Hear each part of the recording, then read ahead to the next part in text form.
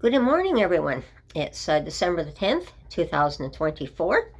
I've got a little bit of an update today, and I'm going to start with Montreal, what they've done for the homeless to try and keep them out of the stairwells in the malls that they've been having a lot of trouble with, where the homeless have been hanging out, shooting up and whatnot in the stairwells. And this is, of course, what I've been always complaining about my own building here in an apartment building. Case of a fire, how do we get down the stairwells? And with bodies all over the place and drugs and everything. So what they did was they started playing that child's music, that favorite little song that was very catchy a few years back, called Baby Shark. And they keep repeating that over and over again, and to try and drive them out of the mall stairwells. So it's an interesting way, and of course people are complaining about that now. So I I still say that thankfully to the cameras that we now have in the stairwells here, it's much better so that we're able to get up and down. Sorry.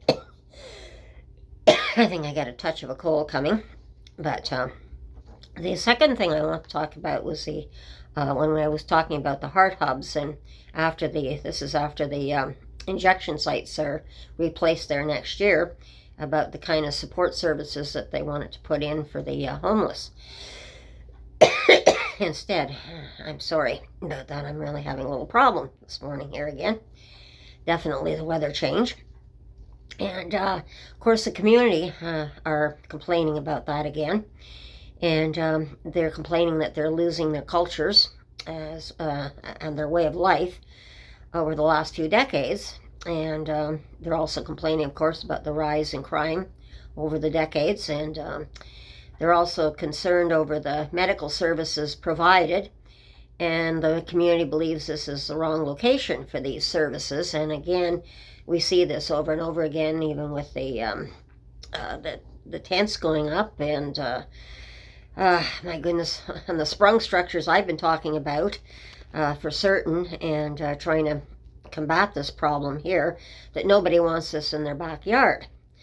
So this just keeps going around and around, but it looks like it's going to go through anyhow, because the province has slated it's going to go through. So we shall see what happens there, and it's just a matter of keeping our eyes open. And this is, again, the situation we're all in, is where do we put everybody? And then, of course, I had a meeting last night with the Community Association meeting, and it was a good meeting. Our counselor came forward, and what was stated with our counselor was very good. There's talks now about trying to find a way of keeping the shelters open 24/7, right around the clock, instead of having them close at 7 a.m. and you have to be booked in at 9 a.m. for the night if you want to sleep there, or else you're stuck without a place to sleep. So that's being looked into, and of course I was talking about this in one of my very earlier videos that I've put up. So that's one thing that's being talked about as well. And there's another concern which I've spoken about too, for the the people coming in, on a lot of the homeless, and people have to come into Ottawa for their services here, for the drug services and whatnot. And their concerns about the homeless, as well as those in outlying areas from the big city, having to come into the big city for services, and what can be done to get to the small communities to help those in need for the services. So that's another thing that was coming up as well, is how can we get some services out to those in the smaller towns and outlying areas, so that this is one thing, is putting a lot of pressure on our services as well for the city, is if you have people coming in from outlying areas, small communities, because the services are not available there. There's not enough shelter space for them, so they think we'll come into the big city. And so that, with the refugees, and now they're talking about too, possibly trying to find out and where exactly all these people are coming from, and finding a way of tracking where these people are coming from too. So, all this is putting so much pressure on the shelters, plus people are losing their homes. Students can't find accommodation that's affordable. People cannot find an affordable combination. We have people that are living in their cars as well. So we've got a crisis that we're definitely trying to deal with. And I know that the city is trying to do its best. We've only had our city council in now for about 2 years. The new city council was voted in. So when they came in, there was this big mess, and now they're trying to do their best to sort it out as well. So it took them a little while to get up and running, but it's up and running. There's conversations going on. There's definitely things going on behind the scenes, and we get a little bit of information here and there, what's being talked about. So this is another one. And the other thing about the housing down here in Lower Town is the residents are concerned about, because the properties are being left to fall into ruins that are also all boarded up. It could be, to example, a fire, and the properties are also prone to being set on fire, when even if a fire has not occurred in the first place on these properties. And they're constantly, the homeless are constantly breaking into the places. So you go down the street, now you see a bunch of boarded up houses and things now, and it's getting more predominant as we walk down the street. So this is not good as well. Also, these properties are left to fall apart as the owners are hoping to get for a condo developer will buy the property and invest in it, so that they make money off the property. That's another thing that's been happening. So the city's looking into what we can do in that. And also, there's a lot of condos are vacant as people buy them as a second residence for definitely investment purposes, yet no one is living with them. So we have this empty space on a house or a condo, someplace where people could live, and it's empty. So this is, again, what the city council is looking at from the municipal side, trying to talk to the provincial side, to the federal. So it's something that is going back and forth right now. And also, a lot of these properties are also heritage properties that give Lower Town its beautiful charm. And to go on to the beautiful charm, in another 2 years, we will be celebrating in Lower Town this heritage, as Bytown will be celebrating its 200-year anniversary. And for those who don't understand what Bytown is, for my people coming from the States, Bytown was the original name of Ottawa, which is the city, what its name is now. And Bytown became Ottawa because Queen Victoria chose Ottawa as the capital city of Canada. But we have this charm, and this is where the first settlers settled, was along the river as well. And so this is what we call Bytown, is right smack in the middle of the city. Now as we've expanded out. So we're looking forward to celebrating the 200th year anniversary of this as well.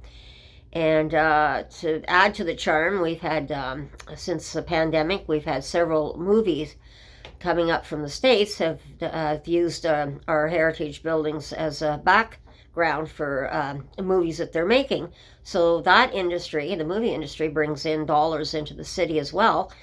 And it's not only the movie industry, but also the tourist industry. That's a big deal here, to bring in tourist dollars for our city.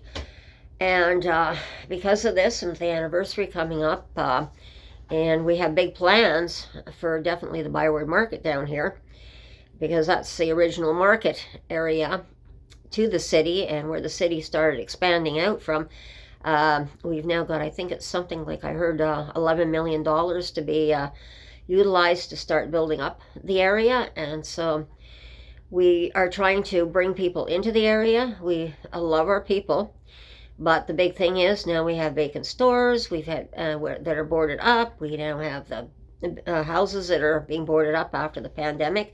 Nothing's affordable at the moment. So we have this really big problem. And with the homeless on top of it, destroying things that they see, our buildings and whatnot, it's considered a really, really big problem. So I'm just going to throw out another opinion of mine, and again, it's only opinion, and maybe a possibility that it just might happen is as we're coming up to the 200th anniversary, that that some sprung structures might be put up if we can't get enough housing very quickly, and the police might just come in and round up a lot of these homeless people that are causing the problem, and put them on the outside for the of the city to try and survive on the outside of the city and get some services out there to them as well, so that we do not have the panhandling, we don't have the junk lying on the streets.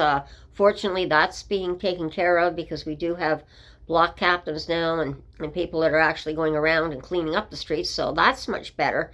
But it doesn't mean that the crime has gone down. We still have panhandlers. Some of them are okay, they're not aggressive. Then we have other aggressive panhandlers, so I could see some sort of a roundup if we're getting into more aggression and tourists are starting to get bothered.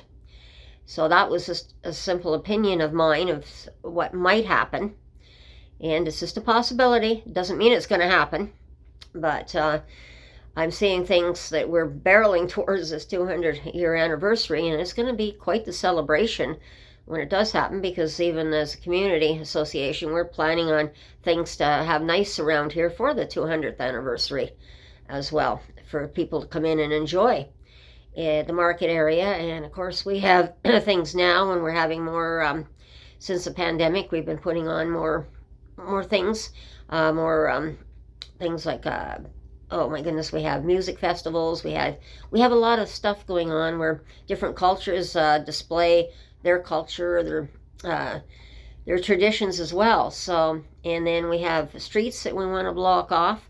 One of the things that we've done for this winter, for an example, is we've put a miniature skating rink up on a blocked off street, because with the canal right now, last year it was only open for 10 days because of the global warming problem and getting ice. We have that, so everyone's looking forward to being able to skate on that as well. So that's just like one of the improvements that we're making. And of course, even though we still will have Winterlude, even if we don't have the canal, a lot of activities will be going on in the market area as well. So we have a very vibrant city. We have a lot of wonderful people, and we love tourists, and we love having people coming into our city, but we're dealing with a lot of things that we shouldn't have to be dealing with. So I will keep you updated on what I can. Now, Christmas is coming up quite quickly, so this will be like the last meeting that I'm aware of till after the New Year's for sure. So if I hear anything in between, or I'll try and give you a few updates here and there if possible. So I'm just going to leave it there for today, and everyone take care. Have a nice day. Watch your surroundings, and bye-bye, and we'll talk again soon.